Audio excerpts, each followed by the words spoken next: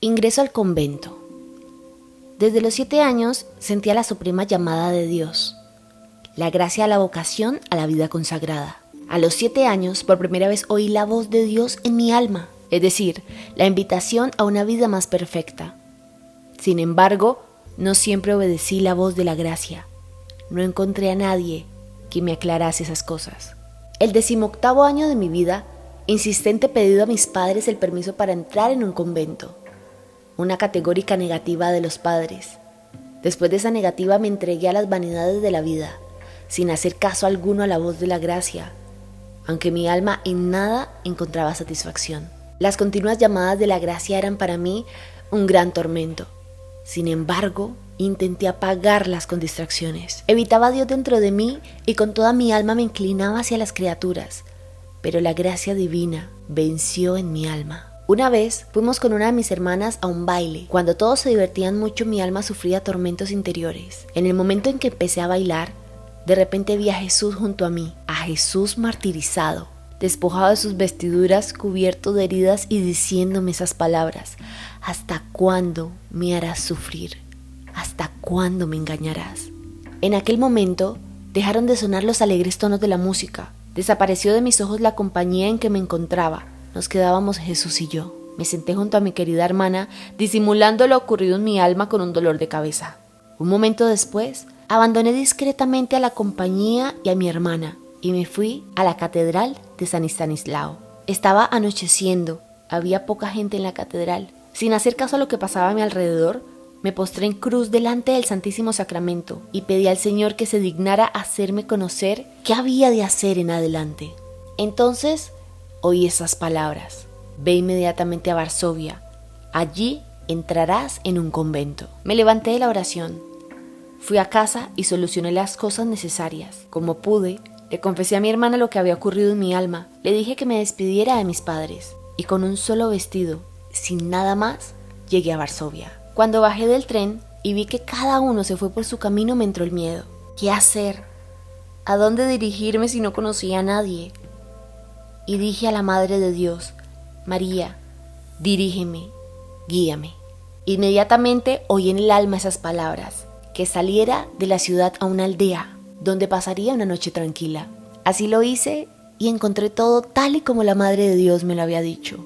Al día siguiente, a primera hora regresé a la ciudad y entré a la primera iglesia que encontré, y empecé a rezar para que siguiera revelándose en mí la voluntad de Dios. Las santas misas seguían una tras otra y durante una oí estas palabras: ve a hablar con este sacerdote y dile todo, y él te dirá lo que debes hacer en adelante. Terminada la Santa Misa, fui a la sacristía y conté todo lo que había ocurrido en mi alma y pedí que me indicara en qué convento debía estar. Al principio, el sacerdote se sorprendió, pero me recomendó confiar mucho en que Dios lo arreglaría. Entre tanto, yo te mandaré, dijo, a casa de una señora piadosa, donde tendrás alojamiento hasta que entres en un convento. Cuando me presenté en su casa, la señora me recibió con gran amabilidad. Empecé a buscar conventos, pero donde llegaba me despedían.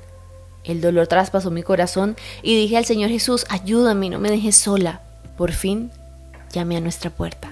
Cuando salió a mi encuentro la Madre Superiora, la actual Madre General Micaela, tras una breve conversación me ordenó ir al dueño de la casa y preguntarle si me recibía. Enseguida comprendí que debía preguntarle al Señor Jesús.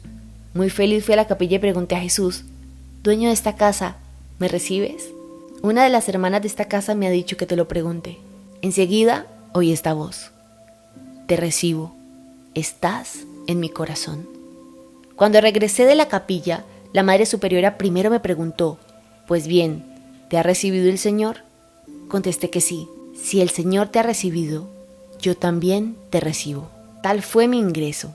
Sin embargo, por varias razones, más de un año tuve que estar en el mundo, en casa de esta piadosa señora, pero no volví ya a mi casa. En aquella época tuve que luchar contra muchas dificultades. Sin embargo, Dios no se escatimaba en gracias. Mi añoranza de Dios se hacía cada vez más grande. Esta señora, aunque muy piadosa, no comprendía la felicidad que da la vida consagrada, y en su bondad empezó a proyectarme otros planes de vida. Pero yo sentía que tenía un corazón tan grande que nadie podía llenarlo. Entonces me dirigí a Dios con toda mi alma sedienta de Él.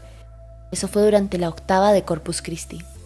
Dios llenó mi alma con la luz interior para que le conociera más a profundidad, como el bien y la belleza supremos. Comprendí cuánto Dios me ama. Es eterno su amor hacia mí. Eso fue durante las vísperas. Con las palabras sencillas que brotaban del corazón, hice a Dios el voto de castidad perpetua. A partir de aquel momento sentí una mayor intimidad con Dios, mi esposo. En aquel momento hice una celdita en mi corazón donde siempre me encontraba con Jesús. Por fin llegó el momento cuando se abrió para mí la puerta del convento. Eso fue el 1 de agosto al anochecer, en vísperas de la fiesta de la Madre de Dios de los Ángeles. Me sentía supremamente feliz, me parecía que entré en la vida del paraíso. De mi corazón brotó una sola oración, la de acción de gracias. Sin embargo, 3 semanas después vi que había muy poco tiempo para la oración y que muchas otras cosas me empujaban interiormente a estar en un convento de reglas más estrictas. Esta idea se clavó en mi alma, pero no había en ella la voluntad de Dios. No obstante, la idea, es decir, la tentación, se hacía cada vez más fuerte hasta que un día decidí hablar con la Madre Superiora y salir decididamente. Pero Dios guió las circunstancias de tal modo que no pude hablar con la Madre Superiora. Antes de acostarme, entré en una pequeña capilla y pedí a Jesús la luz en esta cuestión, pero no recibí nada en mi alma. Solo me llenó una extraña inquietud que no llegaba a comprender. A pesar de todo, decidí que a la mañana siguiente, después de la Santa Misa, le comunicaría a la Madre Superiora mi decisión.